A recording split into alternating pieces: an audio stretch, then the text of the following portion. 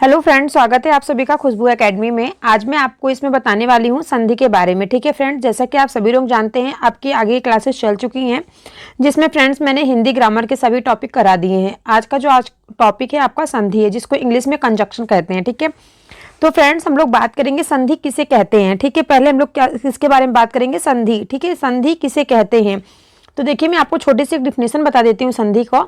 संधि का जो शब्द का जो अर्थ होता है मेल, संयोग, समझौता, एक तरह का वर्ण विकार। ठीक है, जिसे क्या संधि कहा जाता है। व्याकरण में संधि जो है, संधि शब्द का प्रयोग एक तरह से वर्ण विकार के अर्थ में किया जाता है। यह विकार जो है वर्णों के मेल से ही होता है जब दो शब्द पास पास आते हैं। ठीक है, मेरा क्या कहने का मतलब आप लोग समझ रहे हैं ना। जब दो शब्द, मतलब दो शब्दों की बात हो रही ना, कोई भी से भी दो शब्द, जैसे यहाँ पे आप देख रहे हैं ना, यहाँ पे एग्जाम्पल देख लीजिए सब। जब क्या होता है, जब दो शब्द पास पास आते हैं तो हम उच्चारण की सुविधा के लिए उन दोनों को पृथक पृथक उच्चारित ना करके उन्हें मिला देते हैं। तो इस प्रकार का क्या होता है, एक नया शब्द बन जाता है। शब्द के इस नए रूप के निर्माण में पहले शब्द के अंतिम अक्षर, पहले शब्द के क्या होता है अंतिम अक्षर, और दूसरे शब्द के पहले अक्षर का क्या होता है मेल होता है।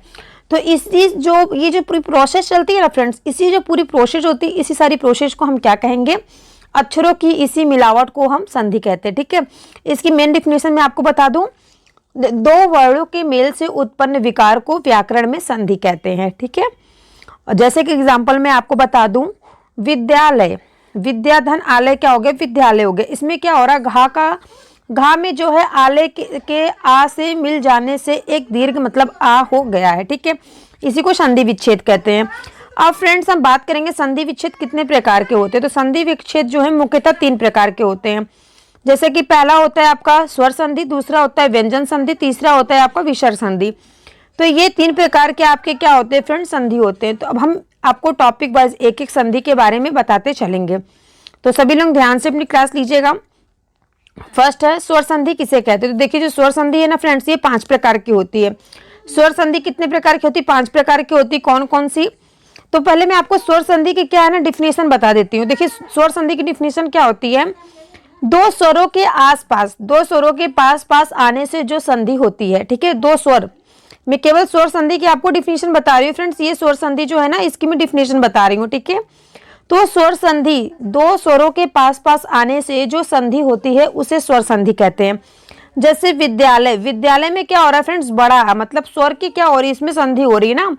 विद्यालय में जो धा है, विद्यालय जैसे फ्रेंड्स ये जो घा आता है ना बीच में विद्यालय में, तो इसका क्या हो रहा है, इसमें आ, बड़ा आ का जो है यूज किया गया ना फ्रेंड्स।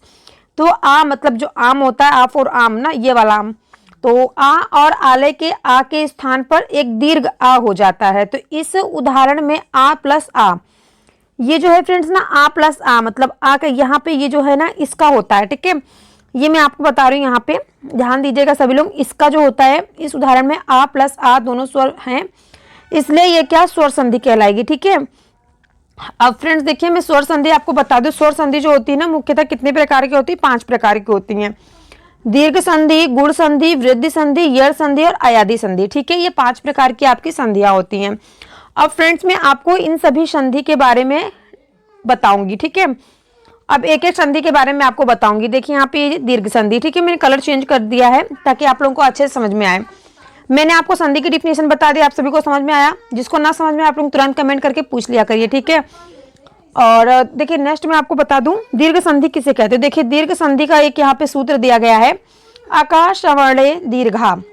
ठीक है, आकाश अवर्णे दीर्घा दीर्घ संधि की डिफिनेशन होती है, यदि प्रथम शब्द के अंत में, क्या मैंने बताया, प्रथम शब्द के अंत में ह्रस्व अथवा दीर्घ आ, ई, उ, री में से कोई भी एक वर्ण हो तो द्वितीय शब्द के आदि में उसी का समान वर्ण हो तो दोनों के स्थान पर एक दीर्घ हो जाता है। यह दीर्घ संधि कहलाता है। ठीक है फ्रेंड्स, जैसे कि मैं आपको बता दूं, देखिए ऐसा आपको देखने को मिलेगा, आ का जो प्लस होता है, आ प्लस करके क्या हो जाएगा, बड़ा बन जाता है ना।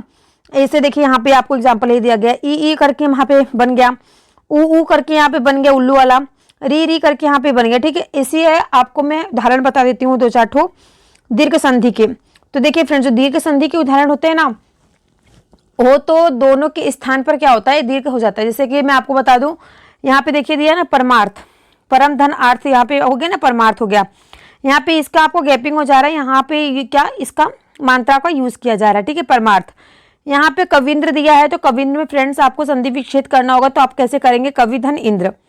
लघुर्मी, लघुधर उर्मी, और यहाँ पे क्या गया है, ये वाला फ्रेंड्स क्या लिखा है आपका, होत्रकार, होत्रकार मतलब होत्र प्लस रिकार, तो क्या हो जाएगा होत्रकार। ऐसे ही आपका मातृणाम होगा, मातृणाम का क्या हो गया फ्रेंड्स, मातृ धन ऋणाम, ठीक है। वधूत्सव हो गया आपका, भूपरी हो गया आपका, ये सभी क्या हो जाएगा फ्रेंड्स, ये सभी इसी का उदाहरण है, किसका, दीर्घ संधि का। युवावस्था, ज्ञानानुसार, परीक्षार्थी, शिक्षार्थी, पृथ्वीश, महिष, नदीश, ये सभी जो हैं ये सभी आपका दीर्घ संधि के अंतर्गत आता है, ठीक है। अब नेक्स्ट हम बात करेंगे, आपको गुण संधि के बारे में बताऊंगी, ठीक है। किसके बारे में मैं बात करूंगी, गुण संधि के बारे में अब मैं यहाँ पे बात करूंगी। तो देखिए गुण संधि किसे कहते हैं, तो देखिए यहाँ पे गुण संधि का भी यहाँ पे दिया गया है फॉर्मूला।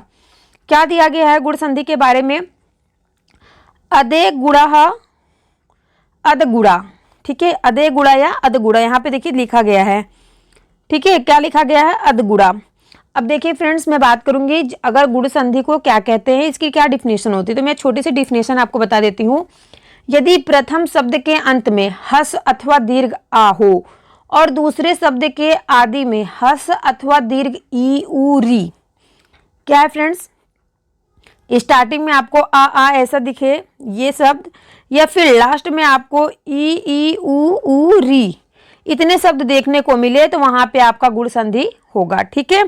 जैसे कि इसका एग्जांपल मैं आपको बता दूं, देवेंद्र हो गया, चंद्रोदय हो गया, महर्षि, इसका आप लोग संधि विच्छेद कैसे करेंगे, तो देखिए इसका संधि विच्छेद कैसे होगा, देव धन इंद्र हो गया, ठीक है, और चंद्र धन उदय हो गया तो चंद्रोदय बन गया आपका यहाँ पे, महाधन ऋषि हो गया तो क्या हो गया, महर्षि हो गया, और ऐसे आपका महेश्वर हो जाएगा, रमेश हो जाएगा,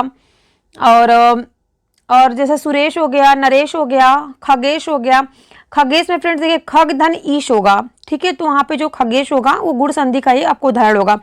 देवेंद्र फ्रेंड्स जो है ये सबसे ज्यादा एग्जाम में पूछा जाता है, देवेंद्र कौन सा इसमें संधि है, ठीक है, एक देवेंद्र पूछा जाता है, विद्यालय ज्यादा करके पूछा जाता है, सूर्योदय भी पूछा जाता है आपका, सूर्योदय हो गया, महोत्सव हो गया, देवर्षि हो गया, देवर्षि, और आपको मैं और बता दूं जैसे महर्षि हो गया, ये सभी क्या है, ये सभी ज्यादा करके एग्जाम में पूछे गए हैं, चंद्रोदय वगैरह, ठीक है। तो आप लोग ध्यान से इसको पढ़िएगा, गुण संधि का सबसे अच्छा मैंने आपको टॉपिक बता दिया, शॉर्ट ट्रिक है, आप फ्रेंड समझ लीजिए। आप लोग यहाँ पे स्टार्टिंग में आपको ये शब्द देखने को मिले और लास्ट में आपको ये देखने को मिले, तो वहाँ पे क्या होगा, आपका गुण संधि होगा, ठीक है। अब हम नेक्स्ट आगे बढ़ते हैं, गुण संधि के बाद अब मैं आपको वृद्धि संधि के बारे में बताऊंगी। तो आप सभी लोग रेडी हैं, तो चलिए नेक्स्ट हम लोग देखते हैं। यहाँ से यहाँ पे आपका क्या है, वृद्धि संधि, ठीक है। अब हम लोग बात करेंगे वृद्धि संधि के बारे में। तो वृद्धि संधि किसे कहते हैं, कलर चेंज कर लूं, तो देखिए वृद्धि संधि किसे कहते हैं, तो देखिए यहाँ पे वृद्धि संधि के बारे में बताया गया ना फ्रेंड्स। तो देखिए वृद्धि संधि किसे कहते हैं, इसका जो सूत्र होता है वो होता है वृद्धि रेची, क्या होता है, वृद्धि रेची या फिर वृद्धि रदेच, ठीक है, ये होता है इसका सूत्र होता है। अब मैं आपको बता दूं, जब स्टार्टिंग में क्या हो, जब स्टार्टिंग में आ अथवा आ के बाद ए या ए आवे, तब दोनों आ धन ए अथवा आ धन ए के स्थान पर ए, और जब अ अथवा अ के स्थान पर क्या है, दोनों के स्थान पर अवृद्धि हो जाती है, तो इस क्रिया को वृद्धि संधि कहते हैं। जैसे कि मैं आपको एग्जांपल में बता दूं, देखिए यहाँ पे दिया गया ना, स्टार्टिंग में आपको ये शब्द देखने को मिलेगा और लास्ट में आपको ये शब्द देखने को मिलेगा, ठीक है। तो यहाँ पे क्या होगा, जुड़ के दोनों शब्द ये बन जाएंगे बीच में, तो इसी को क्या कहेंगे, संधि, ठीक है। दो मात्राओं का, दो अक्षरों का, दो शब्दों के मेल को ही क्या कहा जाता है, मैंने आपको बताया संधि कहते हैं, ठीक है। जैसे इसका एग्जांपल देखिए मैं आपको बता दूं, इसका एग्जांपल है तत्रेव, क्या है इसका एग्जांपल, तत्रेव हो गया, वनोधगा वनौषधा हो गया, ठीक है। तत्रेव का क्या, तत्र धन एव, इसमें क्या है, आ मतलब यहाँ पे बीच में है ना, और इधर साइड में आपको क्या देखने को मिल रहा है, ए देखने को मिल रहा है, ठीक है। और यहाँ से इसका भी एग्जाम्पल मैं आपको एक दो एग्जाम्पल और बता देती हूँ वृद्धि संधि का। जैसे कि हो गया एक देव, इसका एक देव का क्या होगा, एकता धन एव, ठीक है। महोज, महाधन औज, ये सब मैं आपको वृद्धि संधि के उदाहरण बता रही हूँ, ठीक है। और नेक्स्ट मैं आपको बता दूं, जैसे कि महेश्वर, महेश्वर में इसका संधि विच्छेद आप लोग कमेंट करके बताइएगा। महाधन ऐश्वर्य होगा। ठीक है, अब नेक्स्ट हम बात करेंगे इसके बाद यड़ संधि के बारे में। यड़ संधि किसे कहते हैं? मेरा पढ़ाने का यह मकसद है कि आप लोग जो आज पढ़ ले, दोबारा आप लोगों को पढ़ने की जरूरत ना पड़े। आप लोगों को संधि जो है एक ही वीडियो में अच्छे समझ में आ जाए। आपका कोई से भी एग्जाम है, सभी एग्जाम के लिए ये हेल्प करेगा आपका। ठीक है, तो देखिए मैं यड़ संधि के बारे में बात कर रही हूँ। यड़ संधि किसे कहते हैं? यड़ संधि किसे कहते हैं? तो देखिए यहाँ पे यड़ संधि दिया गया है आपका। यड़ संधि का जो होता है सूत्र क्या होता है? इको अड़ाची, यूको इको अड़ाची। ठीक है, इसमें क्या होता है, इसका जो मैं आपको परिभाषा थोड़ा सा बता देती हूँ। इसमें क्या होता है, इसमें देखिए हर्ष अथवा दीर्घ ई उ री के बाद यदि कोई श्रवण इनसे भिन्न स्वर आता है तो ई अथवा ई के बदले या उ अथवा उ के बदले व ऋषि के बदले रा हो जाता है। इसे यड़ संधि कहते हैं। जैसे मैं आपको इसका एग्जाम्पल बता दूं, स्टार्टिंग में आपको ऐसे स्वर देखने को मिलेंगे। ठीक है, और जो इसका बीच में होता है असमान स्वर रहता है। असमान स्वर में फ्रेंड्स आपको आ देखने को मिल सकता है।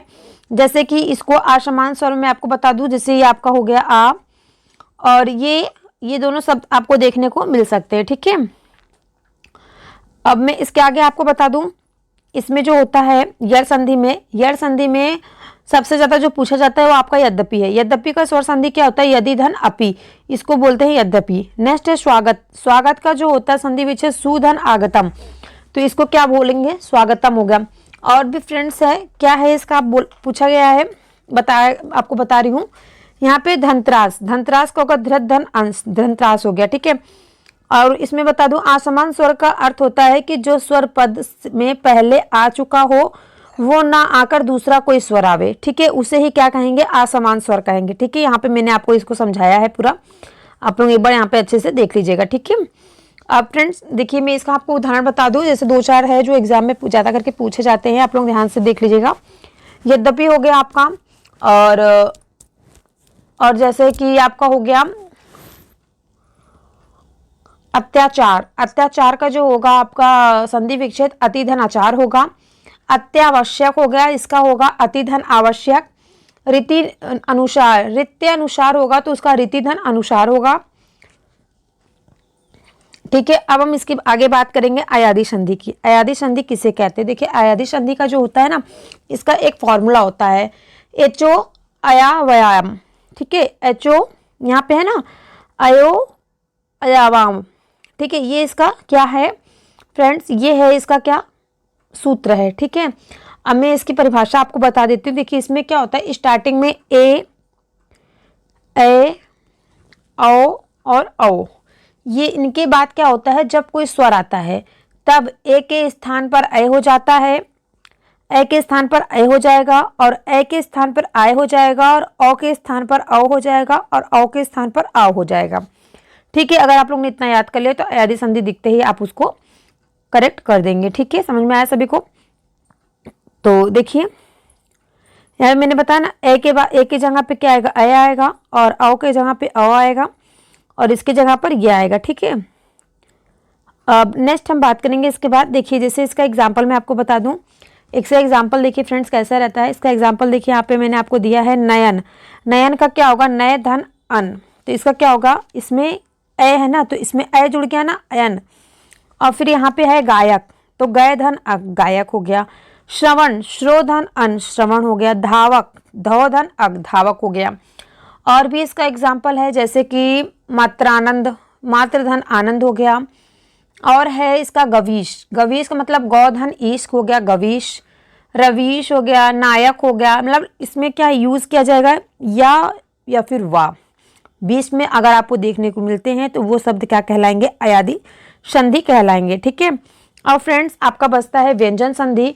व्यंजन संधि में आपको बता दूं, मैं कल नेक्स्ट क्लास में आपको व्यंजन संधि और विसर्ग संधि के बारे में पूरा डिटेल्स में पढ़ाऊंगी। आज की क्लास के लिए इतना ही। अगर आपको इसमें से कहीं कुछ जो भी त्रुटि मतलब नहीं समझ में आया हो, कहीं से भी कुछ भी, तो आप लोग तुरंत कमेंट करके ज़रूर पूछेगा। और हम मिलते हैं आपसे नेक्स्ट वीडियो में। और जितने लोग चैनल पर नए हो तो प्लीज़ चैनल को सब्सक्राइब कर लेना, बेल आइकन प्रेस कर लेना, ताकि आगे के आने वाले वीडियो आप सभी देख सकें।